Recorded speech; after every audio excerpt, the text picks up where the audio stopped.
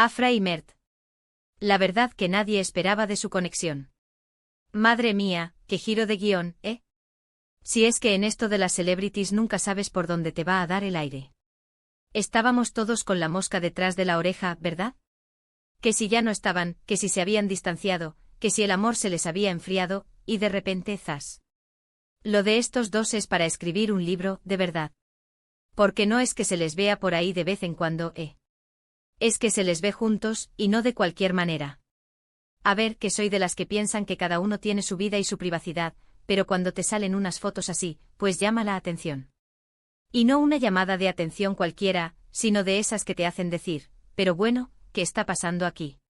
Para ser honestos, yo ya les tenía casi fuera del radar como pareja. Pensaba que lo suyo era cosa del pasado, de esos romances que quedan bonitos en la memoria, pero que no tienen continuidad. Ya sabes, de esos que dices, que bien se lo pasaron, pero ya está. Pero parece que estábamos todos muy equivocados. Muy equivocados. Lo que yo creo que está pasando es que hay una chispa que nunca se apagó del todo. A veces, esas conexiones son más fuertes de lo que uno piensa. Igual se dieron cuenta de que lo que tenían era especial y decidieron darle otra oportunidad. O a lo mejor, quién sabe, es solo un momento de nos echábamos de menos y punto. Pero el cómo se les ve la complicidad, eso no se finge tan fácil. Muchos dicen que esto es una estrategia de marketing, que para dar de qué hablar y mantener el interés. Y sí, te voy a negar que en este mundillo a veces se juega mucho con eso. Pero es que las miradas, las sonrisas, los gestos, hay algo en ellos que me dice que hay algo más. No sé si es amor, pero seguro que hay una atracción muy fuerte, una conexión que va más allá de lo profesional. Y claro, ahora empieza la película de las especulaciones. Que si vuelven a estar juntos de verdad, que si es una amistad muy intensa, que si están probando a ver qué pasa en un salseo en toda regla.